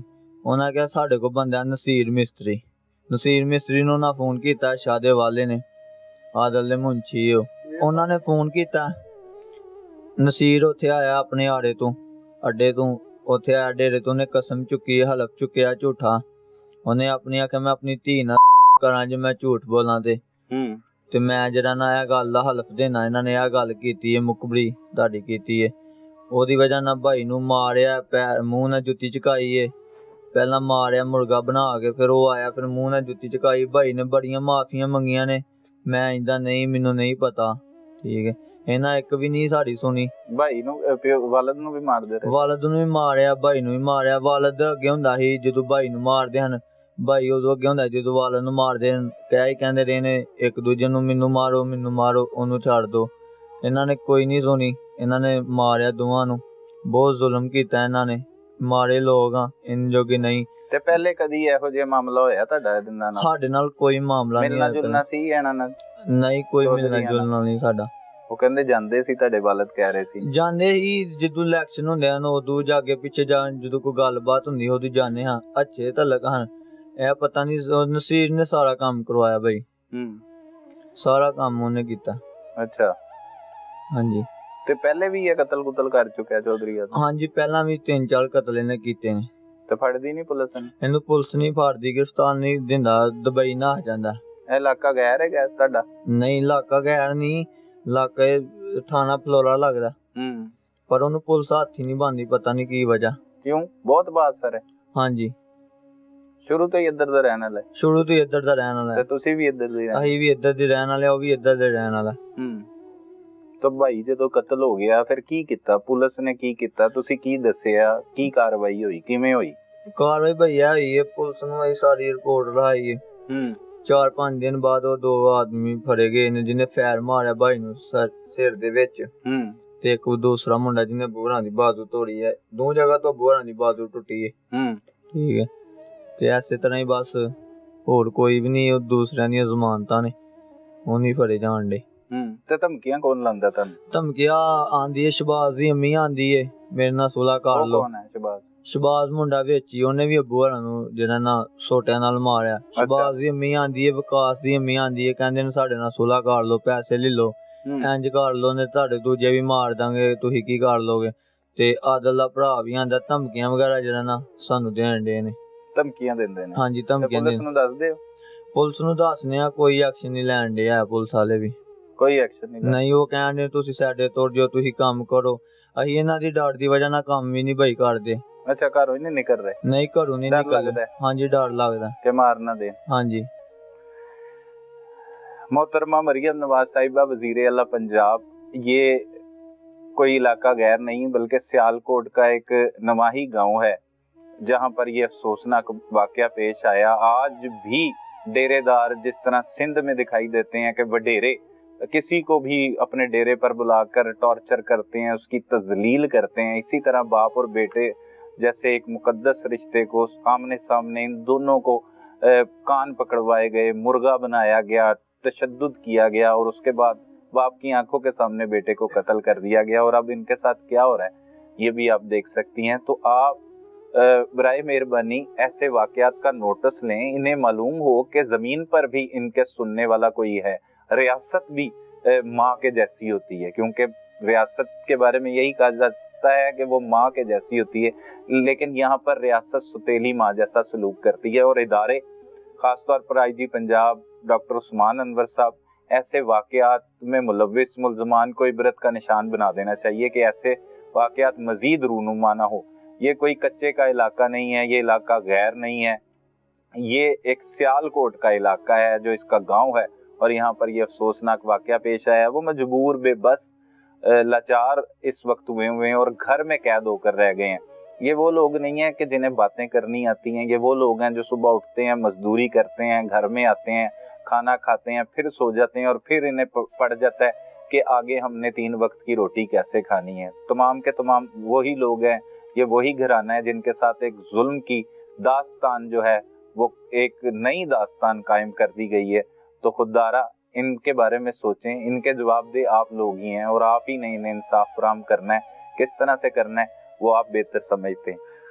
ते ਧਮਕੀਆਂ ਦੇ ਬਾਅਦ ਕਿਸੇ ਪੁਲਿਸ ਵਾਲੇ ਨੂੰ ਮਿਲੇ, ਅਫਸਰ ਨੂੰ ਕਿਸੇ ਨੂੰ ਮਿਲੇ? ਅਫਸਰ ਨੂੰ ਮਿਲੇ ਆ ਕਿਹੜੇ ਨੂੰ? ਤਫਤੀਸ਼ੀ ਨੂੰ ਮਿਲੇ ਆ ਪਸਰੂਰ। ਹਾਂ, ਤੇ ਡੀਪੀਓ ਬੰਦਾ ਸਿਆਲਕੋਟ, ਉੱਥੇ ਗਏ ਹੋ? ਡੀਪੀਓ ਕੋਲ ਨਹੀਂ ਬਈ ਗਏ। ਤੇ ਜਾਓ ਨਾ ਉਧਰ। ਡੀਪੀਓ ਕੋ ਕਹਿੰਦੇ ਨੇ ਹਈਏ ਨਹੀਂ ਜਾਣਾ, ਜਿਹੜਾ ਅਸੀਂ ਤੁਹਾਨੂੰ ਦੱਸਾਂਗੇ ਫੇਰ। ਪੁਲਿਸ ਨਹੀਂ ਜਾਣ ਦਿੰਦੀ ਥੱਲੋਂ? ਪੁਲਿਸ ਨਹੀਂ ਜਾਣ ਦੇਂਦੀ। ਹਾਂ, ਤੇ ਉਹ ਤੁਹਾਨੂੰ ਰੋਕ ਥੋੜੀ ਸਕਦੇ, ਤੁਸੀਂ ਜਾਓ, ਤੁਹਾਡਾ ਕੰਮ ਨਹੀਂ ਹੋ ਰਿਹਾ। ਅੱਬੂ ਹਰੀ ਮੇਰੇ ਫੌਜੀ ਨੇ। ਅੱਛਾ, ਰਿਟਾਇਰਡ ਫੌਜੀ ਨੇ? ਹਾਂਜੀ, ਰਿਟਾਇਰ ਫੌਜੀ ਨੇ। ਅੱਛਾ, ਤੇ ਆਪਣੀ ਉਧਰ ਫੌਜ ਤੋਂ ਵੀ ਮਦਦ ਨਹੀਂ ਲਿੱਤੀ? ਫੌਜ ਵੱਲ ਵੀ ਨਹੀਂ ਨਾ ਜਾਣ ਦੇਂਦੇ। ਅਸੀਂ ਭਾਈ ਘਰੋਂ ਨਹੀਂ ਨਿਕਲਦੇ ਪਏ, ਡਰਦੇ, ਧਮਕੀਆਂ ਵਗੈਰਾ ਬੜੇ ਦੇਂਦੇ। ਰਸਤੇ 'ਚ ਜਾਂਦੇ ਆ, ਉਹਨਾਂ ਦੇ ਆਦਮੀ ਖਲੋਤੇ ਹੁੰਦੇ ਨੇ, ਉਹਨਾਂ ਨੂੰ ਕਾਲ ਕਰ ਦਿੰਦੇ ਨੇ ਇੱਧਰ ਨੂੰ ਗਏ ਨੇ, ਇੱਧਰ ਨੂੰ ਗਏ ਨੇ। ਅਸੀਂ ਡਰ ਦੀ ਵਜ੍ਹਾ ਨਾਲ ਭਾਈ ਘਰੋਂ ਵੀ ਨਹੀਂ ਬਾਹਰ ਜਾਣ ਦੇ। ਅੱਛਾ, ਹਰ ਜਗ੍ਹਾ ਉਹਨਾਂ ਦੇ ਲੋਕ ਮੌਜੂਦ? ਹਰ ਜਗ੍ਹਾ ਉਹਨਾਂ ਦੇ ਮੌਜੂਦ ਨੇ, ਸਾਰਾ ਪਿੰਡ ਹੀ ਉਹਨਾਂ ਦਾ ਨਾ। ਅੱਛਾ, ਅਸੀਂ ਮਾਰੇ ਲੋਕ ਆ, ਉਹ ਤਗੜੇ ਨੇ, ਸਾਨੂੰ ਬਾਹਰ ਵੀ ਨਹੀਂ ਨਿਕਲਣ ਦਿੰਦੇ ਪਏ। ਤੇ ਕਿਹਦੇ ਤੋਂ ਮੁਤਾਲਬਾ ਕਰੋਗੇ, ਤੇ ਕੀ ਮੁਤਾਲਬਾ ਹੈ ਤੁਹਾਡਾ? ਮੁਤਾਲਬਾ ਮਰੀਮ ਨਵਾਜ਼ ਅੱਗੇ ਹੀ ਸਾਡਾ ਗੁਜ਼ਾਰਿਸ਼ ਕਰਨੇ ਆ, ਸਾਨੂੰ ਇਨਸਾਫ ਚਾਹੀਦਾ। ਸਹੀ ਹੈ। ਹਾਂਜੀ। ਤੇ ਭਾਈ ਕਿਹੋ ਜਿਹਾ ਸੀ, ਕੀ ਕਹਿੰਦਾ ਹੁੰਦਾ ਸੀ, ਕੀ ਸੋਚ ਸੀ ਉਹਦੀ? ਭਾਈ ਹਰੀ ਹਨ ਅੱਬੂ ਹਰਾਂ ਤੋਂ ਬਾਅਦ ਦੋ ਹੀ ਹਨ। ਭਾਈ ਹਰੀ ਕੰਮ ਤੇ ਜਾਂਦੇ ਹਨ, ਸਾਨੂੰ ਲੈ ਕੇ ਨਾਲ ਤੋੜਦੇ ਹਨ। ਠੀਕ ਹੈ, ਮਜ਼ਦੂਰੀ ਉਹ ਵੀ ਕਰਦੇ, ਅਸੀਂ ਵੀ ਮਜ਼ਦੂਰੀ ਕਰਨੇ। ਜਿੱਦਣ ਦੇ ਉਹਨਾਂ ਨੂੰ ਕਤਲ ਕਰ ਦਿੱਤਾ ਗਿਆ, ਅਸੀਂ ਵੀ ਘਰ ਹੀ ਆ, ਮਜ਼ਦੂਰੀ ਨਹੀਂ ਕਰ ਸਕਦੇ। ਸਾਨੂੰ ਨਾ ਤਰੀਆਂ ਵਗੈਰਾ ਬਹੁਤ ਲਾਣ ਦੇ ਨੇ, ਧਮਕੀਆਂ ਲਾਣ ਦੇ ਨੇ, ਅਸੀਂ ਇੰਝ ਕਰ ਦਾਂਗੇ। ਅਗਰ ਕਿਸੇ ਨਾਲ ਕੰਮ ਤੇ ਜਾਈਏ ਤਾਂ ਉਹਨਾਂ ਨੂੰ ਕਹਿੰਦੇ ਨੇ ਇਹਨਾਂ ਨੂੰ ਕੰਮ ਤੇ ਵੀ ਨਾ ਖੜੋ। ਠੀਕ ਹੈ, ਘਰ ਹੀ ਆ, ਕਦੇ ਰੋਟੀ ਖਾ ਲਈ ਦੀ ਹੈ, ਕਦੇ ਇੰਝ ਪਾਣੀ ਪੀ ਕੇ ਗੁਜ਼ਾਰਾ ਕਰਕੇ ਸੌਂਈਦਾ। ਹਾਂਜੀ, ਇੱਕ ਜ਼ੁਲਮ ਹੋ ਗਿਆ। ਹਾਂਜੀ, ਇੱਕ ਜ਼ੁਲਮ ਹੋਇਆ। ਭਾਈ ਹਰੀ ਸਿੱਧੇ ਸਾਦੇ ਲੋਕ ਹਨ। ਭਾਈ ਹਰਾਂ ਨੂੰ ਤੇ ਪਸਰੂਰ ਜਾਣ ਦਾ ਵੀ ਨਹੀਂ ਪਤਾ। ਭਾਈ ਹਰਾਂ ਨੂੰ ਇਹਨਾਂ ਨੇ ਬਹੁਤ ਜ਼ੁਲਮ ਕੀਤਾ। ਭਾਈ ਹਰਾਂ ਨੂੰ ਪਸਰੂਰ ਵੀ ਰਸਤਾ ਨਹੀਂ ਪਤਾ, ਰਸਤੇ ਦਾ ਵੀ ਨਹੀਂ ਪਤਾ। ਓਏ ਹੋਏ ਹੋਏ, ਤੇ ਬਸ ਜ਼ੁਲਮ ਕੀਤਾ। ਸ਼ਾਦੀ ਵੀ ਥੋੜੇ ਅਰਸਾ ਪਹਿਲੇ ਹੀ ਹੋਈ? ਸ਼ਾਦੀ ਕੀਤੀ ਸੀ 4 ਸਾਲ ਪਹਿਲੇ, 5 ਸਾਲ ਪਹਿਲੇ ਸ਼ਾਦੀ ਕੀਤੀ ਸੀ ਭਾਈ ਦੀ। ਇੱਕੋ ਹੀ ਬੱਚੀ ਹੈ? ਇੱਕੋ ਹੀ ਬੱਚੀ ਹੈ, 3 ਸਾਲ ਦੀ। ਓਏ ਹੋਏ, ਤੇ ਕੋਈ ਨਹੀਂ ਦਾਦਰ ਅਸੀਂ ਕਰ ਰਹੇ? ਨਹੀਂ ਭਾਈ, ਕੋਈ ਵੀ ਨਹੀਂ। ਐਸਾ ਰਸਤਾ ਨਜ਼ਰ ਨਹੀਂ ਆ ਰਿਹਾ ਜਿੱਧਰ ਨੂੰ ਜਾਈਏ। ਮਜ਼ਦੂਰੀ ਵੀ ਨਹੀਂ ਕਰ ਸਕਦੇ ਭਾਈ, ਰੋਟੀ ਤੋਂ ਵੀ ਜਿਹੜਾ ਨਾ ਬਹੁਤ ਤੰਗੀ ਹੋਈ। ਹਾਂਜੀ, कोई इंसाफ नहीं मिलता पिया अजे तक।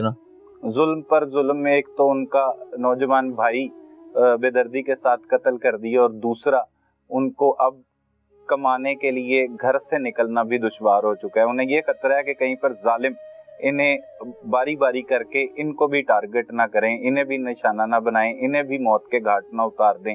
खौफ व हरास में मुब्तला ये ख़ानदान, मजलूम ख़ानदान, और इसकी सुनने के लिए, इसकी आवाज़ बुलंद करने के लिए गांव वाले भी उन जालिमों की खातिर या जालिमों की वजह से खामोश हो गए हैं। तो यहाँ पर तो खामोशी जो है वो लोग वक्त गुजार लेते हैं, लेकिन ये खामोशी कब तक चलेगी इसका जवाब देना होगा।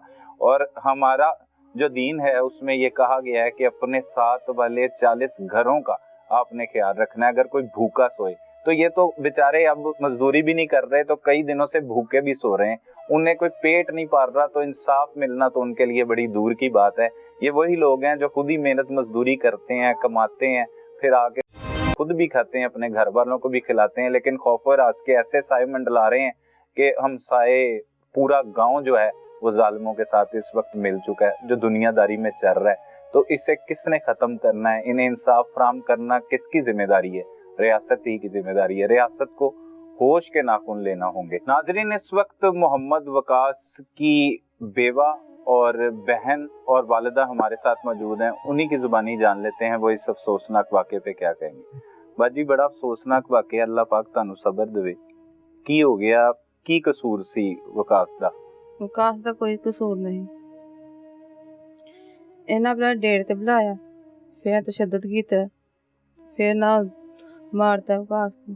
ते मेरी छोटी जी बच्ची 3 साल दी, मैनूं इंसाफ चाहिए। कदों शादी हुई सी बाजी तुहाडी?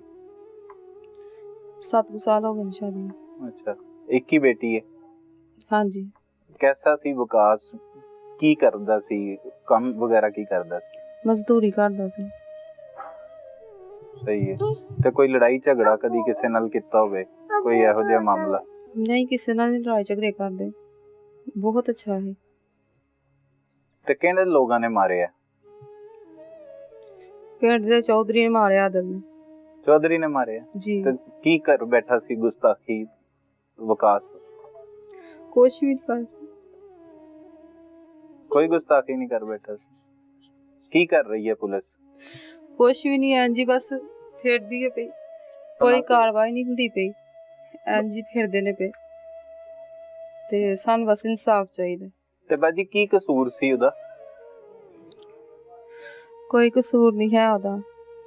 एडे भले मानस ਹਨ, मजदूरी करते हैं ते ਅਸੀਂ खाने ਹਾਂ रोटी, ठीक है, पर इन्ना बड़ा तशद्दद कीता है। पिंड दा चौधरी जिन्हें बुला के डेरे ते मेरे अब्बू ਨੂੰ भी ਜ਼ਖਮੀ ਕੀਤਾ ਤੇ ਮਾਰਨ ਦੀ ਕੋਸ਼ਿਸ਼ ਕੀਤੀ ਹੈ ਤੇ ਮੇਰੇ ਹਸਬੈਂਡ ਤੋਂ ਵੀ इन्ना बड़ा जुल्म कीता ਉਹਦੇ। ते इंसाफ मिल रहा है? नहीं, इंसाफ नहीं मिलेगा। मुलजम नहीं फड़े गए? मुजरिम फड़े गए हाँ, पर ਉਹਨਾਂ ਬਾਇਜ਼ਤ ਬੜੀ ਕਰ ਛੜਿਆ ਉਹਨਾਂ ਨੂੰ। ਹੁਣ ਅੱਖਾਂ ਦੇ ਸਾਹਮਣੇ ਫੇਰਦੇ ਨੇ ਪਏ। ਇੱਥੇ ਹੀ ਫਿਰ ਰਹੇ ਨੇ? ਹਾਂਜੀ, ਇੱਥੇ ਹੀ ਫੇਰਦੇ ਨੇ ਪਏ। ਧਮਕੀਆਂ ਵੀ ਲਾਉਂਦੇ ਨੇ? ਜੀ, 1-2 ਵਾਰੀ ਕਾਲ ਆਈ ਸੀ ਉਹਨਾਂ ਦੀ। ਕੀ ਕਹਿੰਦੇ? ਪਰ ਮੈਸੇਜ ਵੀ ਆਏ ਹਨ। ਕੀ ਕਹਿੰਦੇ ਨੇ? ਉਹ ਬਾਜੀ ਹੋਰਾਂ ਦੇ ਕੋਲ ਨੇ ਇਸ ਗੱਲ ਦਾ। ਬਾਜੀ ਨੂੰ ਦਵੋ। ਬਾਜੀ, ਬੜਾ ਅਫਸੋਸਨਾਕ ਵਾਕਿਆ। ਵੱਡਾ ਸੀ ਵਕਾਸ ਤੁਹਾਡੇ ਤੋਂ? ਹਾਂਜੀ, ਸਭ ਤੋਂ ਵੱਡਾ ਸੀ। 4 ਭੈਣਾਂ ਤੋਂ ਛੋਟਾ ਸੀ। ਕੀ ਹੋ ਗਿਆ ਸਭ ਕੁਝ? ਕੀ ਸੀ ਉਹਦਾ ਮਾਮਲਾ? ਕੋਈ ਲੈਣ ਦੇਣ ਹੈਗਾ? ਮਾਮਲਾ ਭਾਈ ਕੋਈ ਵੀ ਨਹੀਂ ਹੈ। ਭਾਈ ਦਿਹਾੜੀ ਲਾ ਕੇ ਆਏ ਹਨ ਤੇ ਇੱਕ ਭਾਈ ਸੱਦਣ ਆਇਆ ਸੀ ਕਿ ਤੁਹਾਨੂੰ ਚੌਧਰੀ ਬੁਲਾਣ ਦੇ ਨੇ ਤੇ ਭਾਈ ਕਹਿੰਦਾ ਦਿਹਾੜੀ ਲਾ ਕੇ ਆਇਆ, ਸੁਬਹ ਜਾਵਾਂਗੇ। ਇਹ ਨਹੀਂ ਹੋਣੀਆਂ। ਉਹ ਗਏ ਨੇ ਦਿਹਾੜੀ ਲਾ ਕੇ, ਵਿਚਾਰੇ ਥੱਕੇ ਦੇ ਹਨ। ਉਹਨਾਂ ਨੇ ਜਾਂਦੇ ਹੀ ਅਬੂ ਹੋਰਾਂ ਨੂੰ, ਭਾਈ ਨੂੰ ਕੰਨ ਫੜਾਏ ਨੇ ਤੇ ਇਹਨਾਂ ਨੇ ਮਾਰਨਾ ਸ਼ੁਰੂ ਕਰ ਦਿੱਤਾ। ਬਾਅਦ ਚ ਆਦਰੀ ਚੌਧਰੀ ਕਹਿੰਦਾ ਕਿ ਭਾਈ ਵਕਾਸ ਨੂੰ ਮਾਰ ਦੋ। ਉਹਨੂੰ ਮਾਰ ਦਿੱਤਾ ਗੋਲੀ ਮਾਰ ਕੇ। ਤੇ ਚੌਧਰੀ ਨਾਲ ਕੋਈ ਦੁਸ਼ਮਣੀ ਸੀ? ਕੋਈ ਦੁਸ਼ਮਣੀ ਨਹੀਂ ਹੈ। ਤੇ ਕਿਉਂ ਮਾਰਤਾ? ਵਾਲਦ ਨੂੰ ਵੀ ਤੁਹਾਡੇ ਲੈ ਕੇ ਗਏ? ਹਾਂਜੀ, ਅਬੂ ਨੂੰ ਵੀ ਲੈ ਕੇ ਗਏ। ਅਬੂ ਨੂੰ ਵੀ ਮਾਰਿਆ। ਅਬੂ ਨੂੰ ਵੀ ਮਾਰਦੇ ਰਹੇ? ਹਾਂਜੀ, ਅਬੂ ਨੂੰ ਵੀ ਮਾਰਿਆ। ਅਬੂ ਦੀ ਬਾਂਹ ਤੋੜ ਦਿੱਤੀ ਹੈ, ਹੋਰ ਵੀ ਸੱਟਾਂ ਲੱਗੀਆਂ। ਓਹੋ ਹੋ। ਭਾਈ ਨੂੰ ਵੀ ਪਹਿਲੇ ਇਹਨਾਂ ਨੇ ਇੰਨਾ ਮਾਰਿਆ ਤੇ ਬਾਅਦ ਵਿੱਚ ਉਹਨਾਂ ਨੇ ਗੋਲੀ ਮਾਰ। ਆਦਿਲ ਕਹਿੰਦਾ ਇਹਨੂੰ ਮਾਰ ਦੋ। ਉਹਨਾਂ ਗੋਲੀ ਮਾਰੀ ਹੈ। ਭਾਈ ਦੇ ਸਿਰ 'ਚ ਗੋਲੀ ਲੱਗੀ, ਨਾਲ ਹੀ ਭਾਈ ਦੀ ਡੈਥ ਹੋ ਗਈ ਹੈ। ਘਰ 'ਚ ਵੱਡਾ ਸੀ, 4 ਭੈਣਾਂ ਤੋਂ ਛੋਟਾ ਸੀ। ਇੰਨੀਆਂ ਮੰਨਤਾਂ ਮਰਾਤਾਂ ਨਾਲ ਲਿਆ ਸੀ। ਓਏ ਹੋਏ। ਤੇ ਹੁਣ ਕੀ ਕਰ ਰਹੀ ਹੈ ਪੁਲਿਸ? ਪੁਲਿਸ ਭਾਈ ਕੁਛ ਵੀ ਨਹੀਂ ਕਰਦੀ ਪਈ ਹੈ। ਉਹਨਾਂ ਨੇ ਜੱਜ ਨੇ ਬਿਨਾਂ ਫੜਨ ਤੋਂ ਪਹਿਲਾਂ ਹੀ ਉਹਨਾਂ ਨੂੰ ਬਰੀ ਕਰ ਦਿੱਤਾ ਹੈ। ਹਾਂਜੀ। ਕੀ ਮੁਤਾਲਬਾ ਹੈ ਤੁਹਾਡਾ? ਨਾ ਉਹਨਾਂ ਨੂੰ ਪੁਲਿਸ ਨੇ ਫੜਿਆ ਬਈ, ਉੱਥੇ ਜੱਜ ਦੇ ਕੋਲ ਸਿੱਧੇ ਗਏ ਨੇ। ਠੀਕ ਹੈ, ਕੀ ਮੁਤਾਲਬਾ ਹੈ ਬਾਜੀ ਤੁਹਾਡਾ? ਹਾਂਜੀ, ਕੀ ਹੋਣਾ ਚਾਹੀਦਾ? ਕੀ ਚਾਹੁੰਦੇ ਹੋ? ਸਾਨੂੰ ਇਨਸਾਫ ਚਾਹੀਦਾ। ਦੂਸਰਿਆਂ ਭਾਈਆਂ ਨੂੰ ਵੀ ਕਹਿੰਦੇ ਨੇ ਕਿ ਭਾਈ ਇਹਨਾਂ ਨੂੰ ਵੀ ਮਾਰਨਾ। ਅਸੀਂ ਮਾੜੇ ਬੰਦੇ ਆ, ਅਸੀਂ ਕੁਛ ਕਰ ਨਹੀਂ ਸਕਦੇ ਹੈ। ਡਰੇ ਬੈਠੇ ਹੋ? ਹਾਂਜੀ। ਦੂਸਰੇ ਵੀ ਦਿਹਾੜੀ ਲਾ ਕੇ ਆਂਦੇ ਨੇ ਤੇ ਅਸੀਂ ਗੁਜ਼ਾਰਾ ਕਰਨੇ। ਅਸੀਂ ਨਹੀਂ ਇੰਨੇ ਪੈਸੇ ਵਾਲੇ ਕਿ ਅਸੀਂ ਬਈ ਗਾਂ ਨੂੰ ਹੱਥ ਪਾਈਏ। ਅਸੀਂ ਮਾੜੇ ਅਸੀਂ ਆਨੇ ਆ ਸਾਨੂੰ ਮਰੀਮ ਨਵਾਜ਼ ਇਨਸਾਫ ਦਵਾਏ। 2 ਮਾਹ ਹੋਣ ਤੇ ਆਏ ਨੇ, ਕੋਈ ਕਿਸੇ ਪਾਸੋਂ ਇਨਸਾਫ ਨਹੀਂ ਮਿਲਿਆ। ਉਹਨਾਂ ਨੂੰ ਜ਼ਮਾਨਤਾਂ ਮਿਲ ਗਈਆਂ ਨੇ, ਉਹ ਪਿੰਡ ਫਿਰਦੇ ਪਏ ਨੇ। ਸਾਨੂੰ ਦੂਸਰੇ ਭਰਾਵਾਂ ਦਾ ਵੀ ਖਤਰਾ ਹੈ। ਅਸੀਂ ਸ਼ਾਮ ਤੋਂ ਬਾਅਦ ਉਹਨਾਂ ਨੂੰ ਕਿਤੇ ਬਾਹਰ ਜਾਣ ਨਹੀਂ ਦਿੰਦੇ ਹੈ। ਸਾਡਾ ਏਡਾ ਜਵਾਨ ਭਰਾ ਮਾਰ ਛੜਿਆ ਉਹਨਾਂ ਨੇ। ये एक बहन की अपील है जिसके भाई को बेदर्दी के साथ कत्ल किया गया है। ये मैंने पहले बताया, सादा लोग हैं, मेहनत मजदूरी करते हैं इनके घर वाले, और जब वो मेहनत मजदूरी करके आते हैं तो ये 1-2 वक्त की रोटी जो है वो खा लेते हैं। लेकिन अब ये खौफ और रास में मुब्तला है। एक तो इनका भाई कत्ल हो गया, दूसरा इनका मुतालबा है कि इन्हें इंसाफ फराहम किया जाए। और तीसरा ये है कि पूरे गांव में जो लोग हैं वो मजलूमों की जगह जालिमों का साथ दे रहे हैं, उनसे डरते हैं, डर की वजह से साथ दे रहे हैं या उनसे मिले हुए हैं, वो तो कुछ नहीं कहा जा सकता। लेकिन अलबत्ता ये ज़रूर डरे हुए हैं, सहमे हुए हैं, क्योंकि इनके बच्चे जो है वो मेहनत मजदूरी करने के लिए भी घरों से बाहर नहीं निकल रहे। तो इस बहन का मुतालबा है कि इसके भाई को कत्ल करने वाले मुल्ज़िमान को जो है वो सख्त सख्त और करार वाक़या सजा दिलवाई जाए। नाज़रीन, बात हो रही है एक अफसोसनाक वाक़े की जो सियालकोट का नवाही गांव है, जोशन जट्टा वहां पर पेश आया, जिसमें एक चौधरी ने, डेरेदार ने गरीब शख्स और उसके बेटे को अपने डेरे पर बुलाकर वहशियाना तशद्दुद का निशाना बनाया, उससे मुर्गा बनाता रहा और जब तशद्दुद करके तंग आ गया तो फिर बाप की आंखों के सामने ही बेटे को कत्ल कर दिया। इस केस की, इस FIR की कानूनी हैसियत है क्या, ये जानने के लिए हमारे साथ इस वक्त मारूफ कानूनदान चौधरी एहसन इस्माइल गुज्जर साहब मौजूद हैं, एडवोकेट। उन्हीं की जुबानी जानते हैं ये जो मुकदमे का अंदराज है, क्या जो मुतासरा शख्स हैं, जो मकतूल पार्टी है, उनको इंसाफ मिल पाएगा। बहुत शुक्रिया चौधरी साहब, आपने वक्त दिया। बड़ा ही एक अफसोसनाक वाकया। पहले तो ये कि सियालकोट के इलाका में एक ऐसा दर्दनाक वाकया सामने आया कि जैसे सिंध के इलाके में हम देखते हैं कि वहाँ के जो वडेरे होते हैं वो किसी को भी बुला के टॉर्चर करते हैं, मुर्गा बना देते हैं, किसी की टांगे काट देते हैं। इसी तरह का एक सेम वाकया बाप के सामने, पहले बाप बेटे दोनों की तजलील की जाती रही, फिर उन्हें बेदर्दी के साथ बाप की आंखों के सामने बेटे को सर में गोली मार के कत्ल कर दिया गया। FIR भी आपके इल्म में है। क्या समझते हैं इन वाकयात के बारे में, क्या समझते हैं, क्या वजूहात है कि ये वाकयात जो हैं वो इस दौर में भी हो रहे हैं, आज 2024 में भी ऐसे वाकयात हो रहे हैं? बिस्मिल्लाहिर्रहमानिर्रहीम। सबसे पहले सर आपकी बात, जैसे आपने ये कहा कि जिस तरह के सिंध के सूबा में जिस तरह के वाकया होते हैं, मैं इसमें कुछ ऐड करना चाहूँगा कि असल में ये जो किसी की ज़हनी बीमारी है, मैं इसको बीमारी कहूँगा, ये जो वडेरा शाही जिसको आप कहते हैं, इसका किसी सूबे के साथ या किसी बरादरी के साथ कोई तल्लुक नहीं है। ये बीमारी किसी को भी किसी भी वक्त कहीं भी लग सकती है। सही। और ये बीमारी लगती है हराम के पैसे से। सही। ये बीमारी लगती है किसी के साथ आपका किसी हायर अथॉरिटी के साथ तल्लुक होने की वजह से। सही। ये बीमारी लगती है आपको इस बात को समझते हुए कि मैं अपने आप को आप बरतर समझे और दूसरे लोगों को आपने आपसे अगर कमतर करना शुरू कर देते हैं तो उसके बाद ये बीमारी लग जाती है।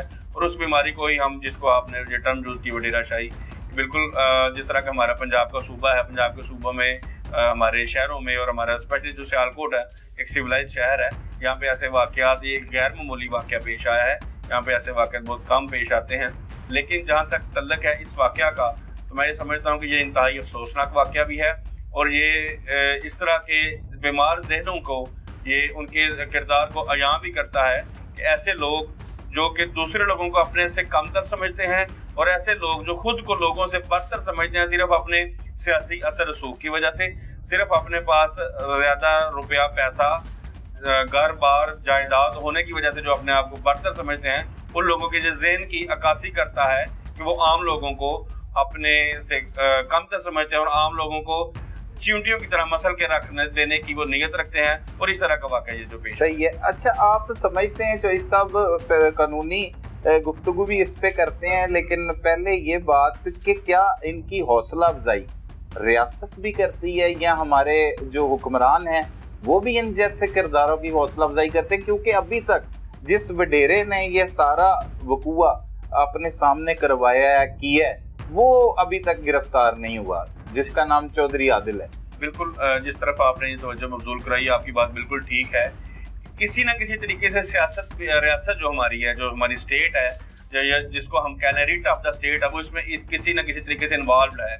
उसकी वजह यह है, जब भी कभी आप मीडिया के साथ आपका ताल्लुक है, आप इसमें अदादोशुमार मुझसे बेहतर जानते होंगे, जब भी कभी ऐसे वाक़यात रिपोर्ट होते हैं, जब भी कभी ऐसे वाक़यात की FIR दर्ज होती है, उसके बाद बड़े थोड़े अरसे में ऐसे वाक़यात की सुलह हो जाती है। बिल्कुल ऐसे ही दबाव डाला जाता है, सियासी दबाव भी होता है, माली दबाव भी होता है और उसके बाद मुआशरे का दबाव भी होता है। मतलब कि ऐसा जो एक बंदा अपने एरिया में, अपने गाँव में, अपनी आबादी में असर सूख रखने वाला बंदा है, जब उसके साथ ऐसा वाक़या पेश आता है तो वो अपनी जान छुड़वाने के लिए अपने तमाम तर जो वो ओछे हथकंडे होते हैं उनको इस्तेमाल करता है, वो अपना रुपया पैसा भी इस्तेमाल करता है, वो मुआशरे में अपना असर रसूख का भी इस्तेमाल करता है, वो अपना सियासी रख रखाव का भी इस्तेमाल करता है और ऐसे वाक़यात में वो सुलह करवा देते हैं। जब ऐसे लोगों की सुलह हो जाती है और उनको सजा जो करार वाकई सजा मिलनी होती है वो सजा नहीं मिलती, तो दूसरे लोग उसको एक एग्जाम्पल के तौर पे इस्तेमाल करते हैं कि जी फलां बंदे ने भी इस तरह का वाकया किया था, उसका तो कोई कुछ नहीं बिगाड़ सका।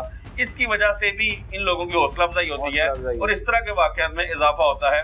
मैं ये समझता हूँ कि स्टेट को ऐसे वाकयात को टेस्ट केस के तौर पर लेना चाहिए और इस तरह के मुल्ज़मान में अगर मदई सुलह कर भी लें उसके बावजूद भी स्टेट को अपना किरदार अदा करना चाहिए, स्टेट को फ्रंट पे आना चाहिए और स्टेट को ऐसे वाकयात, क्योंकि ये लॉ एंड ऑर्डर की सिचुएशन को बाहर रखना और ऐसे लोगों से महफूज रखना स्टेट की जिम्मेदारी है। ये हमारा कॉन्स्टिट्यूशनल राइट है।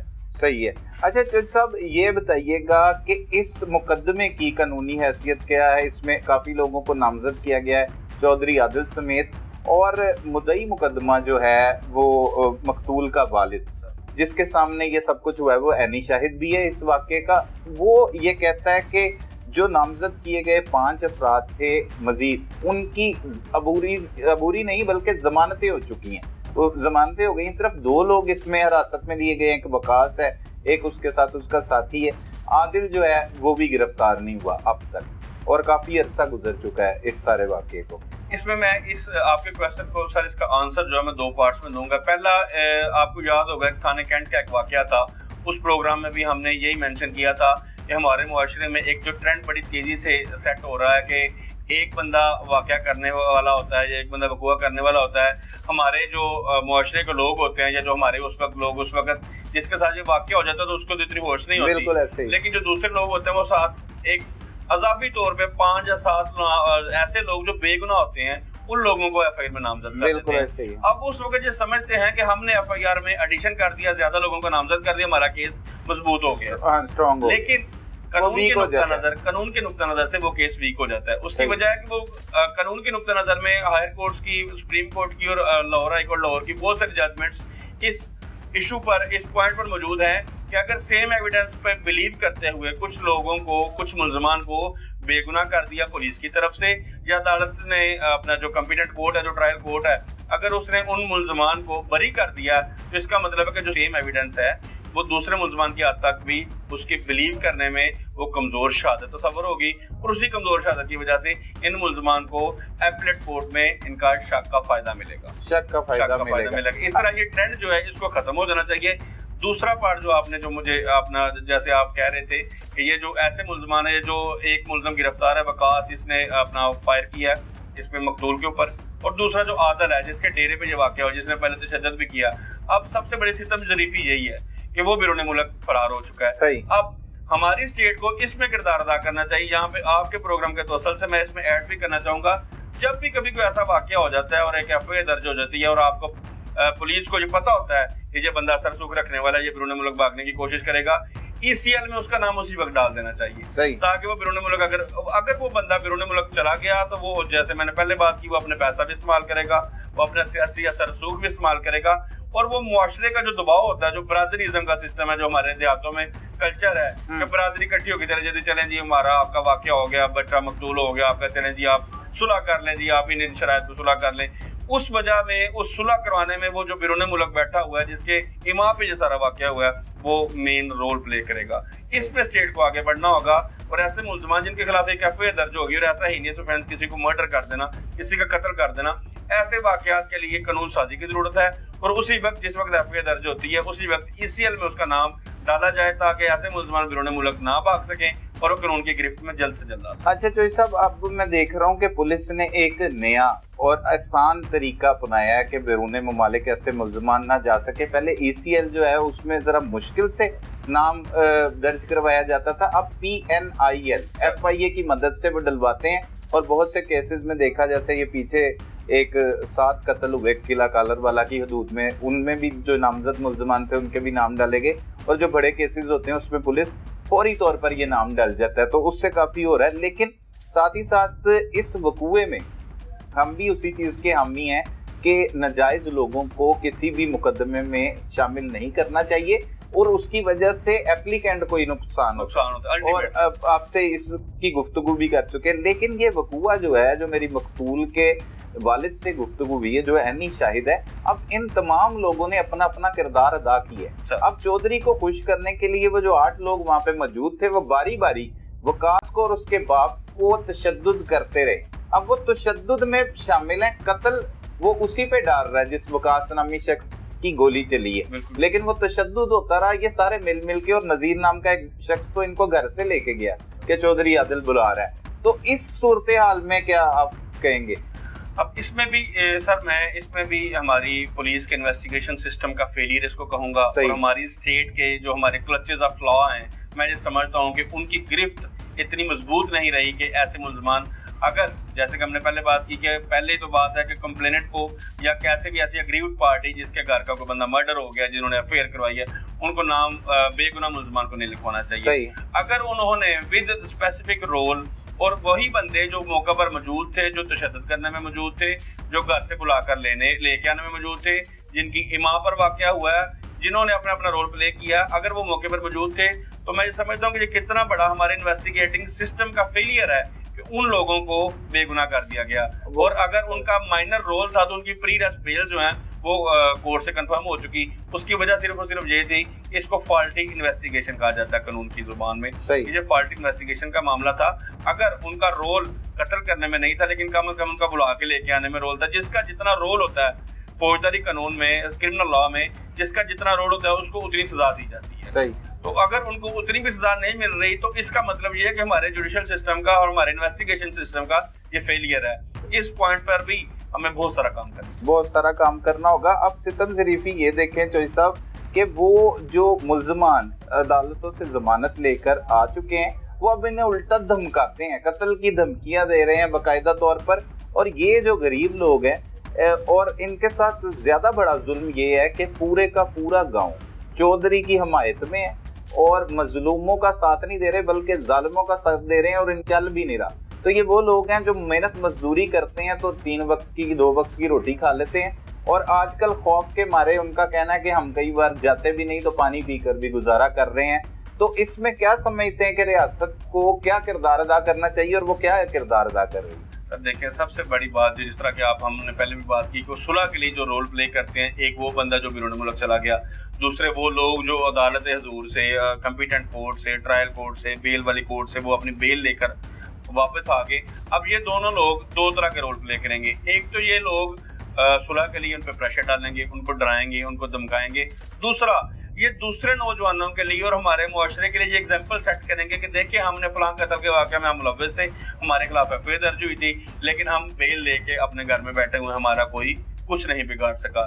یہ فیلئر آف دا اسٹیٹ ہے. اب اسٹیٹ کی ذمہ داری یہاں پہ یہ بنتی ہے کہ اسٹیٹ ایسے اگریوڈ پارٹی, کمپلیننٹ پارٹی جن کا ایک بچہ, جوان بچہ, جو ایک غریب لوگوں کا جوان بچہ قتل ہو گیا, اب ان کو پروٹیکشن پرووائڈ کرنا یہ اسٹیٹ کی ذمہ داری ہے. علاقے کا جو ایس ایچ او ہے وہ اس چیز کو میک شور کرے کہ ان کے گھر پر آ کر کوئی ان کو ڈرائے نہ, کوئی ان کو دھمکائے نہ, اور علاقے کے ایس ایچ او اس کو ٹیسٹ کیس کے طور پر رکھے تاکہ کوئی جرت نہ کرے ان لوگوں کو آ کے ان کے گھر میں ڈرانا, دھمکانا, ان کو معاشرتی طور پہ پریشرائز کرنا اور ان کو پیسوں کا لالچ دے کے اس طرف لے کر آنا کہ اگر وہ اس طرح کے واقعہ جو ہوتے رہیں گے تو ایز اے ہول یہ ہمارے جوڈیشل سسٹم کا اور یہ ہمارے پولیس کا, یہ جو ہمارا سزا دینے کا, سزا اور جزا کا جو ہمارا سسٹم ہے, اس سسٹم کے اوپر بہت بڑا سوالیہ نشان ہوگا کہ پاکستان جیسے ملک میں اگر ایسے واقعات بھی ہو رہے ہیں اور لوگ چھوٹ بھی رہے ہیں, وہ چاہے کہ اس کی ریزن کوئی بھی ہے, تو یہ ایز اے اسٹیٹ اس چیز کو یہ برداشت نہیں کیا جا سکتا اور اسٹیٹ فیلئر کی طرف اس طرح بڑھتی جائے گی. جو سب دورہ معیار آپ سمجھتے ہیں انصاف کا؟ میں آپ کی اس بات سے بالکل ایگری کرتا ہوں. یہ ہمارے ڈبل سٹینڈرڈ قائم ہیں. یہاں پہ امیر کے لیے قانون ڈیفرنٹ ہے اور غریب کے لیے قانون ڈیفرنٹ ہے. وہ یہ نہیں ہے کہ وہ کتاب قانون کی بدلی جاتی ہے. امیر کے لیے قانون ڈیفرنٹ اس لیے ہوتا ہے کہ امیر اپنا اثر سوخ استعمال کر کے, اپنا پیسہ استعمال کر کے, اپنے تعلقات استعمال کر کے اس کیس سے نکل جاتا ہے, اور غریب جس کے پاس نہ کیس کے اوپر خرچ کرنے کے لیے پیسہ ہے, نہ اس کے پاس اس لیول کے تعلقات ہیں, نہ اس کے پاس سیاسی اثر رسوخ ہے, وہ چاہے سچا بھی ہو اس کو کیس سے نکلتے نکلتے سالوں لگ جاتے ہیں. بلکہ ایسے کیسز بھی رپورٹ ہوئے ہیں کہ لوگوں کی اپیلیں سپریم کورٹ میں لگی اور سپریم کورٹ نے جب ان کو بری کیا تو وہاں سے اطلاع آئی کہ جی وہ بندہ آج سے 15 سال پہلے جیل میں فوت ہو گیا تھا اور اس کا جنازہ بھی پڑھا جا چکا ہے, اور اس کے بعد سپریم کورٹ نے اس کا کیس کا فیصلہ کیا. वो गरीब लोगों के साथ ये होता है। और जो अमीर लोग होते हैं वो साल 2 साल में अपने पैसे, अपना असर सूख इस्तेमाल करके अपनी अथॉरिटी को यूज करते हुए वो सुलह भी कर लेते हैं और अपनी वो जिंदगी इंजॉय करते हैं बाहर आके। और गरीब जो होता है वो चाहे बेगुनाह भी हो, वो जेल में बेचारा पिस पिस के वो जेल में मर जाता है। ये इसी को डबल स्टैंडर्ड कहा जाता है, डबल स्टैंडर्ड ऑफ जस्टिस, इसी को दोहरा मेयार कहा जाता है। बहुत शुक्रिया चौधरी एहसन इस्माइल गुज्जर साहब, जो साबिक सेक्रेटरी सियालकोट बार भी हैं और मरूफ कानूनदान हैं। उनकी जुबानी आपने सुना कि किस तरह ये दोहरा मेयार जो है उसका इस्तेमाल किया जाता है। ये नहीं कि कानून में कोई अलग अलग अमीरों के लिए और गरीबों के लिए कोई अलग कवानीन है या किताबें हैं, बल्कि एक ही किताब है, लेकिन उन लोगों को इस्तेमाल किया जाता है, उनको पैसे को इस्तेमाल किया जाता है, ताल्लुकात को इस्तेमाल किया जाता है, और मजलूम जो है वो इंसाफ लेने के लिए भी रगड़ रगड़ के एड़ियाँ जो है वो दम तोड़ जाता है। और कई ऐसे बेगुनाह भी जेलों में अपनी सज़ा काटते काटते, जो उन्होंने किया भी नहीं होता, ना करदा गुनाहों की सज़ा काटते काटते इस जहाने पानी से चले जाते हैं। तो इस दोहरे मेयार को ख़त्म करने के लिए हमारी रियासत को किरदार अदा करना होगा। और रियासत ही हमने सुना है होती है माँ के जैसी, लेकिन कब होगी रियासत माँ के जैसी? बहुत शुक्रिया चोई साहब, आपने वक्त दिया, थैंक यू वेरी मच। नाज़रीन, जिस मुल्क में इंसाफ का दोहरा मेयार हो वहाँ पर अमीर और ताकतवर लोग गरीबों पर तशद्दुद करना, जुल्म करना, उनका हक खाना और उन्हें कत्ल करना मामूल बना लेते हैं। जिस तरह से आपने इस केस में देखा कि एक वडेरे ने अपने ही गांव के मेहनतकश और उसके बेटे को डेरे पर बुलवा कर पहले उनकी ठीक से तजलील की, कान पकड़वाए, तशद्दुद करता रहा और फिर बाप की आंखों के सामने ही उसके नौजवान बेटे को मौत के घाट उतार दिया। और तब से वो फरार है और पुलिस उस मरकजी मुल्जिम को गिरफ्तार करने में नाकाम है। जरूरत इस अम्र की है कि फौरी तौर पर इस इंसाफ के दोहरे मेयार को खत्म किया जाए ताकि ऐसे मजीद नुकसानात और वाकयात से बचा जा सके। अपने इर्द गिर्द होने वाले जुर्म को फौरी 15 पर रिपोर्ट कीजिए। अपने मेजबान सलमान कुरैशी को इजाजत दीजिए। अल्लाह निगहबान।